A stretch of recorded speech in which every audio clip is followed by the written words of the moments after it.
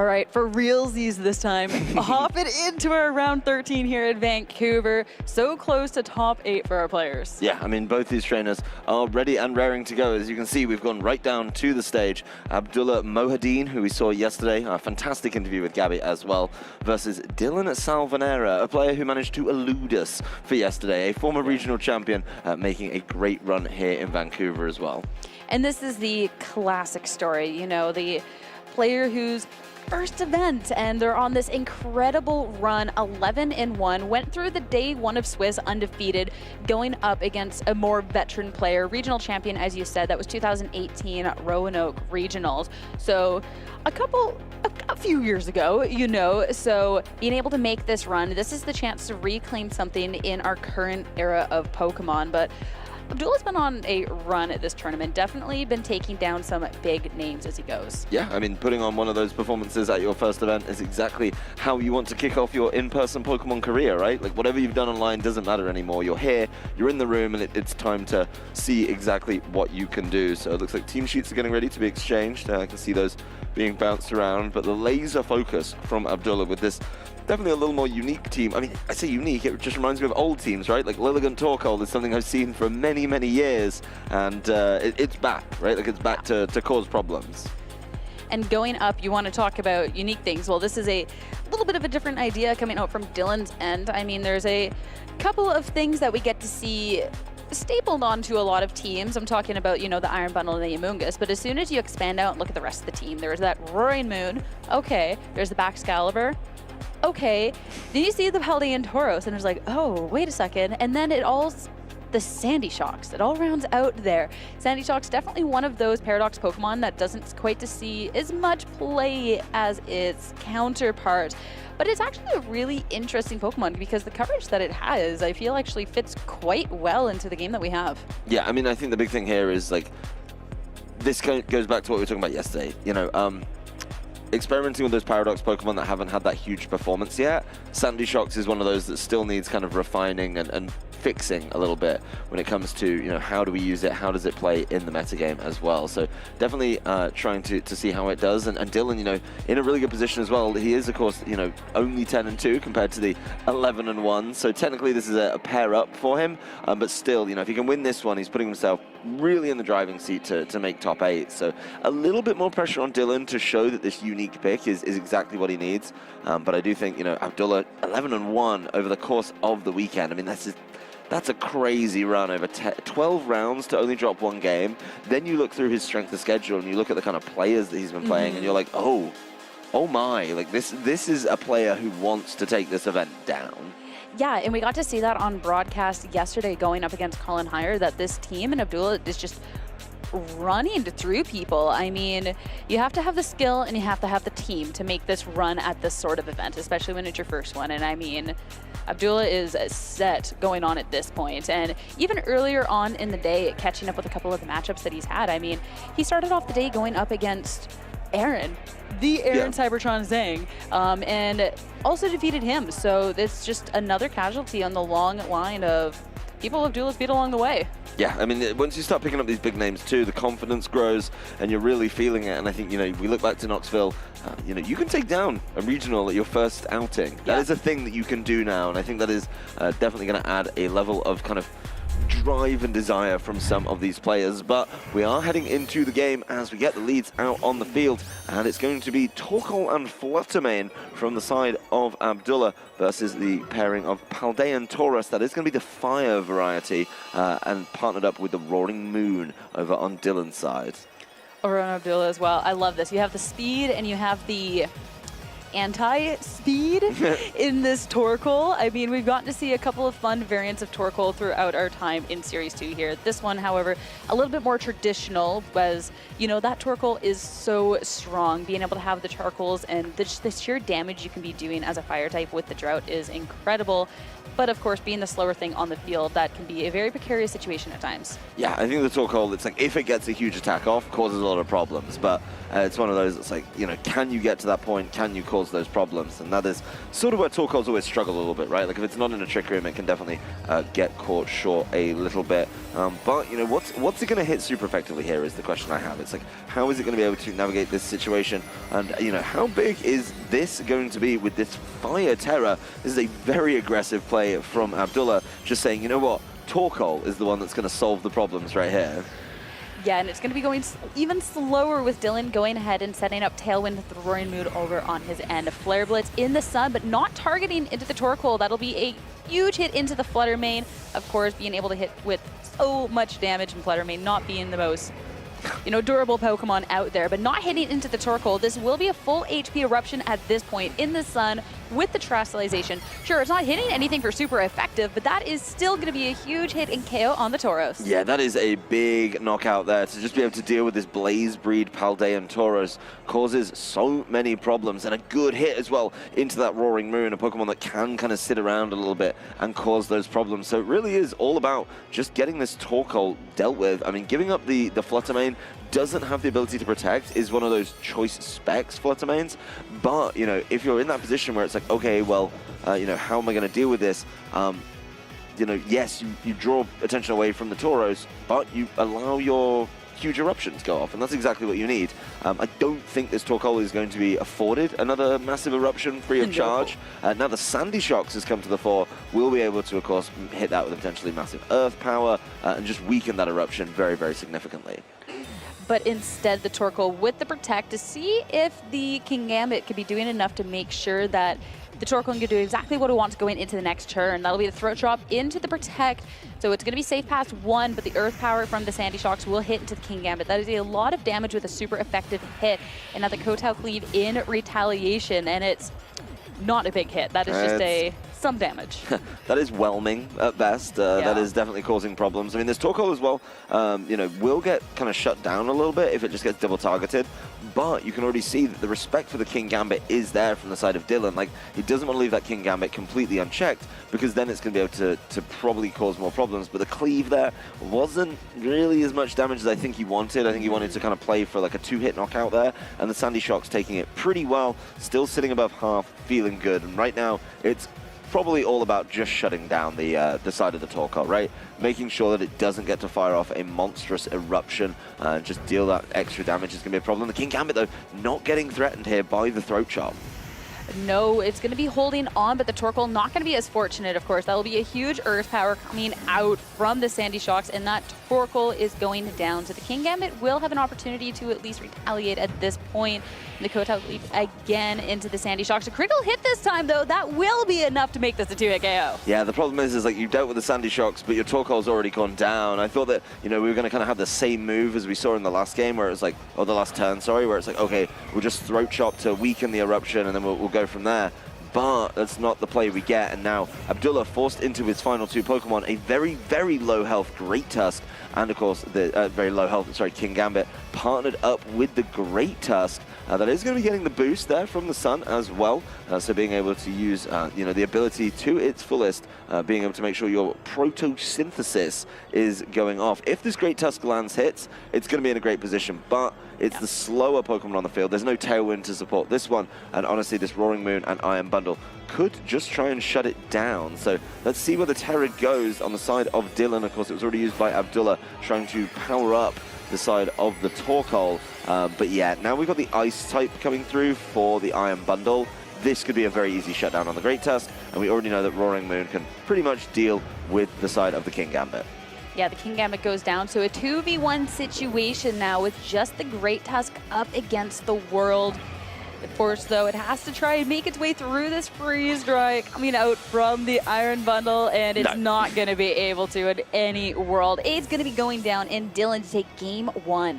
Yeah, I mean, I think this goes, you know, zooming out, you know, Abdullah, not the result he wanted there in game number 1, but we were looking at the games and we were wondering why the tournament was moving so quickly, and I think this is probably the perfect example, right? Yeah. It's like, I think in that whole game we saw, what, one Protect, I think, across the board, which was 1 Protect on the Torkoal. So both these trainers are just swinging and really going for it. And honestly, as soon as Dylan set up that Tailwind, I think Abdullah, like, was always going to be behind, right? It's like Torkoal's already a slow Pokemon. You know, the Sandy Shocks did have the opportunity at some point to just Earth Power the Torkoal. And yeah, as soon as the Torkoal went down, I feel like a lot of the impetus and the pressure from Abdullah's side was taken away very, very quickly. So I definitely felt there, like, after turn 1, you know, yes, Abdullah got a knockout in turn number 1. It was really good, but he also gave up the flutter main for free. Yeah. And that is something he needs to think about coming into game number 2. It's like, are you going to just let that get knocked out so easily? Yeah, because Flutter Mane, I mean, you're talking about, oh, why games go so quickly. Having Pokemon that be hitting for so much damage, especially something like that Flutter Mane, is not something that you want to be losing on that first turn. So if you're going to be ahead in a situation, like, sure, if you're going to be getting a nice favorable trade, but it was essentially just kind of wasted at the moment. It was nice because the Torkoal was able to pop off at that point with that one Eruption, take a KO, but of course, you have to give the Torkoal respect at some point, and Dylan definitely did. So one of those tricky things with this Torkoal, going up against a faster team when you don't have that speed available to yourself. Yeah, I mean, he gave up the Paldean Taurus, the Blaze Breed, for it, but the overall trade was really worth it, right? It's like you dealt with the Flutter Mane, you did the Tailwind play, and you just went from there. So Dylan definitely hit like the go button in turn number 1 there, and never really got punished for it. It's like he had the correct Pokemon at the correct time. It's like, okay, the Torkoal caused the problem, I got Sandy Shocks to bring in. Oh, what's causing the problem now? The Great Tusk?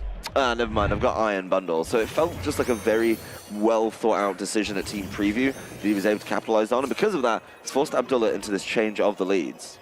Yeah, Dylan not swapping it out. I mean, we got to see how things were working out, but bringing that Tauros, that will be Defiant now onto the King Gambit. King Gambit, it was kind of hitting for underwhelming damage going on in that first match, so being able to get that attack boost is going to be really nice to start things off. Yeah, being able to get knockouts a little bit easier is really important, but of course, you are in a position to try and cause the problems here with just big attacks. You do have to be worried about that Blaze Breed Tauros that is going to hit you super effectively. But this Blaze Breed Tauros, something to note as well, did activate its item, did grab the boost with the Mirror Herb as well. So letting itself off for being able to, you know, yes, you're going to give over Defiant, I know that. But when you're giving over Defiant, why not grab a boost of your own? Wait for the stat changes to get copied as well. So definitely an intricate turn 0, if you will, before we had any moves coming out of this side. And he may not have the Torkoal right now, but it appears that Abdullah still wants a fire type in the lead.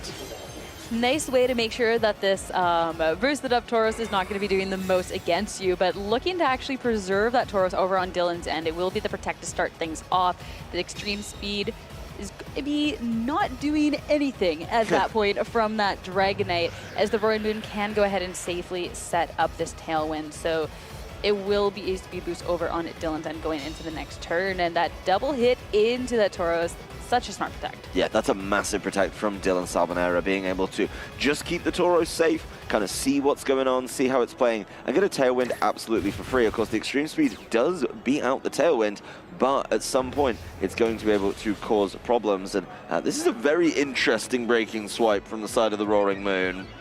Yeah, of course, breaking swipe, a move that drops attack. But hitting into a Defiant Pokemon, you do need to be confident that there will be that KO, and the Tauros over on Dylan's end will be able to provide that. The close combat into the King Gambit. Sure, it's fire type, close combat does not care about that whatsoever though, so breaking swipe just doing enough damage that everything can work out, and the Dragonite is going to be neutralized going on board. Yeah, I mean, with the Tailwind as well, you know that the Tauros is going to be going first, and you got the boost from the Mirror Herb, so why not, right? It's like you're confidently going to be going first, you're going to be able to take in those knockouts, and honestly, this Great Tusk with the Choice Scarf feels kind of in a rough position right now, right? Like, it's like, okay, you want it to be able to cause those problems. You're now using 2 physical attackers, you're now getting caught by breaking swipes over and over again. Your Dragonite doesn't have multi-scale. Like, this feels like the Roaring Moon is just going to be able to put in work. You know, I mean, you're talking about things putting in work. This Tauros definitely is. That'll be the Flare Blitz into the Great Tusk. No opportunity, even with Toy Scarf, to even be able to do anything.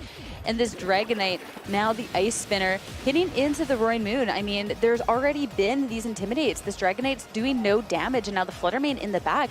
This was a very quick match to be having Abdullah only with 2 Pokemon at this stage. Yeah, I mean, the thing is like, Abdullah really hasn't answered this Tailwind. There's been no consistent answer to it. So every turn, Dylan is going first, and the damage that he puts down is absolutely ridiculous. He knows that this cannot be a Protect on the Flutter Mane. He knows about the item choice there as well, so will be able to just cause problems. As Dragonite is felled by the breaking swipe. All you need now is the Taurus, which did hang on through that extreme speed to wrap this game up. Yep, there's the Flare Blitz. We already know that Flare Main doesn't hold on well, and it's not a very quick game from Dylan at this point. 2-0 to be advancing with a better record into our round 14. Yeah, that is, you know, really big for Dylan, right? Coming in at 11-2, or 10-2, sorry, advancing to 11-2, wants to be in a position to be able to kind of control his own destiny, right? And it's like, both of these trainers should be in our top 8. They're now going to be both 11-2 coming out of this round, and you know, we've already looked at the numbers. We did some maths back here, and it should be those, you know, X3s that do make it in. And obviously, if you're going to be one of those X3s that make it in, you want to be one of the ones with the best record. So playing against top players, it's easier when you take the losses later. You can see the relief on Dylan's face. He knew that if he lost here, there was going to be a very high pressure last round, and he's been able to avoid that. So just showing how this team can be executed. If you make the right choice in the leads, you kind of just take the game from there. And both games were about, what, 4 or 5 turns? A subtotal of both games, I still think is single digits. That mirror herb on that Taurus, because all of a sudden it's like, oh, wait, well, Abdullah, that's going to be the King Gambit. It's going to get that damage. Oh, wait a second, like that call the ambulance, but not for me type meme. All of a sudden it looks like things might be going well for Abdullah, and the Taurus is like, no, thank you. Like, this is mine, and just swept the team with it. It was absolutely incredible. And sure, Dylan looked relieved, but at that point, like, if this is how your matches are going, like, you feel so confident going on forward, because that was one of the fastest 2-0s we've gotten to see. Yeah, that was absolutely preposterous how kind of confident that was. And I guess my question to, you know, look at is like, how does Abdullah deal with these teams who just tailwind and go, right? I think this is definitely one of the way more offensive versions. Like, we've seen a lot of teams with tailwind, but Dylan's team is all like Pokemon that are just in that awkward speed tier, you know, maybe trying to like outspeed one thing but lose to another thing. It's like, okay, well, once you solve that problem with the tailwind, Sandy Shocks is pretty terrifying, right? Like, Sandy Shocks is a great special attack. It's pretty speedy as well, but like, it needs a little bit more help to sometimes outspeed some of those like awkward things. If Sandy Shocks is moving before like a Flutter Mane, yeah, you're in for a world of hurt there, because it just does a lot of damage. And the whole team moving before this Flutter Mane, like Abdullah's team's so focused on the Flutter Mane, obviously carrying the choice specs there to deal all the damage. In both games, it didn't fire off a single attack. I mean, also, I don't know how many Mental Herb, Tauros, Breaking Swipe, Roaring Moons that Abdullah's gone up against at this point in the tournament. So you're saying, how does he deal with it? At this point, you hope your next match, you're not going up against anything like that, and hope that you don't go up against Dylan until finals or something, and hope that you've thought of a better game plan by then, because it definitely is really rough looking into that matchup, but it's definitely coming out from Dylan. This isn't the most atypical team that we get to see out there, so it's that classic case of you can't prep for everything, and here's something that Abdullah's team is not so well fared against. Yeah, I mean, I don't think many people prep for the Sandy Shocks, but it's nice to see it in a great position. It's like the Torkoal, yes, it got that big attack off in game number 1, but after then I was like, oh no, Torkoal's done here. Like, there's nothing it can do. It's going to get earth powered. It's going to get caught by, I think it was the Throat Chop that was available on the side of that Roaring Moon. So it's like, yeah, at some point your Eruption just isn't going to do enough, even with the Charcoal, even with the Fire Terror. And once that kind of gets dropped out of the game, you're like, yeah, we're in for an interesting one here. Well, it's so rough, too, because you would think into a team like Dylan's that has, if we're ignoring the Mental Herb for a second, that has the Intimidate, has the Breaking Swipe, because the Breaking Swipe is really cool. You look into that for a second, and you're just like, oh, well, the easy answer to this is having a Defiant Pokemon, so my Pokemon can't get neutralized, because there definitely is quite a few physical attackers that Abdullah would like to make use of. Obviously, we get to see the Great Tusk, we get to see the Dragonite, we have that King Gambit that will then be able to use the Defiant, but just the fact that the Tauros was able to steal that away, that's like, I feel like the whole game plan just shot at that point. So really just nice team building from Dylan at that point. The Tauros isn't a Pokemon that we get to see necessarily too much of. I feel like the big Intimidate user that we get to see out here normally is that Arcanine. But the Blade Tauros, I mean, it fills a lot of those same things. You're still going to be able to hit a fill. You still get that Flare Blitz. You still have a Will-O-Wisp. Yeah. And all of a sudden you can steal things away, and I don't know, it's just very nice. It was definitely an interesting matchup, but we are going to take some time to talk to Dylan Salvanera. We've got plenty of time because he absolutely speed ran that game. So we'll throw it over to Gabby to have a chat with our winner here in round number 13. Thank you so much, Adam. I'm here with Dylan, who is currently, what, X2 in this 13th round of Swiss? Yep, 7-2 in day 1, and then 4-0 right now. Oh, wow. Congratulations. How has your morning been so far? It was pretty good. Guy couldn't really sleep that much because, you know, daylight savings time. I am very familiar with that. That was a little, Spring forward, right? Yeah, spring forward trip, fall on your face. You needed that extra hour of sleep. I feel you. Yeah, but I guess I didn't really need it, honestly, with how well I've been doing. Yes, for sure. And I do want to talk a little bit about your team before we talk about, sort of how the day has been, how yesterday in Swiss was. So you have Sandy Shocks, you have Blaze Breed Tauros, and you also have some really interesting picks just in general in terms of moves. Mirror Herb is an item that we don't really see outside of maybe Egg Move transferring in the picnic sense. So why don't you walk me through, what inspired you to build this team? What was your first pick for your Pokemon? So when the regulation first dropped all the way back in January, I was thinking that, Sandy Shocks is pretty cool. I think that a lot of people are underestimating it because it's one of the only good Pokemon that gets a good pivoting move in Volt Switch. I mean, right now you probably might see an Iron Hands with Volt Switch, but it's doing peanuts for damage. It's whereas with Sandy Shocks, you're dealing a considerable chunk with the ability to pivot out. And I think that's one thing that we learned from a lot of past formats with, obviously Incineroar with Parting Shot last generation, that slower pivoting especially is really good, especially when right now the format is very high fast paced, like Flutter Mane, Iron Bundle, Roaring Moon, Great Tusk, and all that other stuff. Yeah, for sure. So you started with Sandy Shocks. That's a very unique first pick. Was then the Tauros Blaze Breed a pick to sort of support Sandy Shocks in particular, or was it just because you were looking for an Intimidate user that maybe plays a little bit like Incineroar, at least sort of typing-wise? I would say it doesn't play exactly like Incineroar, obviously, because of how much offensive pressure that you could see the Tauros put out. I liked Tauros more when I finally had help from one of my friends to make this Mirror Herb set. Before it was Safety Goggles, Terra Fairy, or Terra Fire, excuse me. And that set really underperformed. I'm like, I don't like it. But then one of my friends was like, oh, there's you could do Mirror Herb and it'd be a cool tag against all these Defiant Mons and all of it. And then because the current Defiant Mons, Annihilate and King Gambit, they both kind of get folded over by Tauros at +2, and they can't really touch it thanks to Tauros' very high physical defense, which that is actually one thing that I wanted to do with Tauros over Arcanine, is Tauros is able to have a higher physical defense as well as a higher speed, whereas Arcanine can't, so I can hit those specific bumps against those Defiant users. Interesting.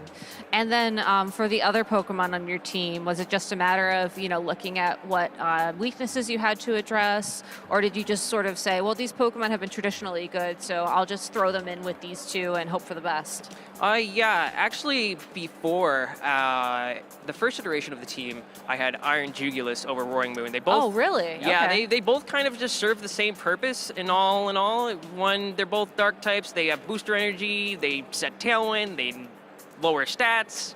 It's so yeah, it was pretty much pick and choose at one point. After Orlando Regionals, I was experimenting with Roaring Moon, and then I'm like, I think I like it better with the Terra Fairy because there's a lot of situations where Terra Fairy has actually been very good.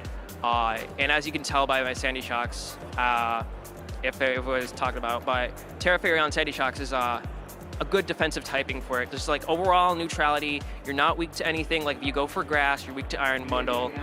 So, and actually, that is one thing I was also going to mention too. I wasn't originally going to use Terra Fairy on my Baxcalibur instead of Terra Poison, but I just thought that, man, there's going to be a lot of Flutter Manes, and obviously when I looked at the usage day one, I'm like, a 50% chance to face a Flutter Mane. I'm like, I gotta go with Poison, keep it safe, you know. Yeah, and I mean, that was the right call because Fluttermane's also #1 in usage today. Now, I did just hear that round 14 pairings are up, and I don't want to keep you too long, but do you have anybody at home you want to say hello to, give any shout outs to, maybe a thank you for helping you with the team building? Yeah, real quick. Thank you to Nick, Aaron, my team building partners, Joe for the advice and helping me support through day 2. I like to also thank Mom. I love you, Mom, if you're watching.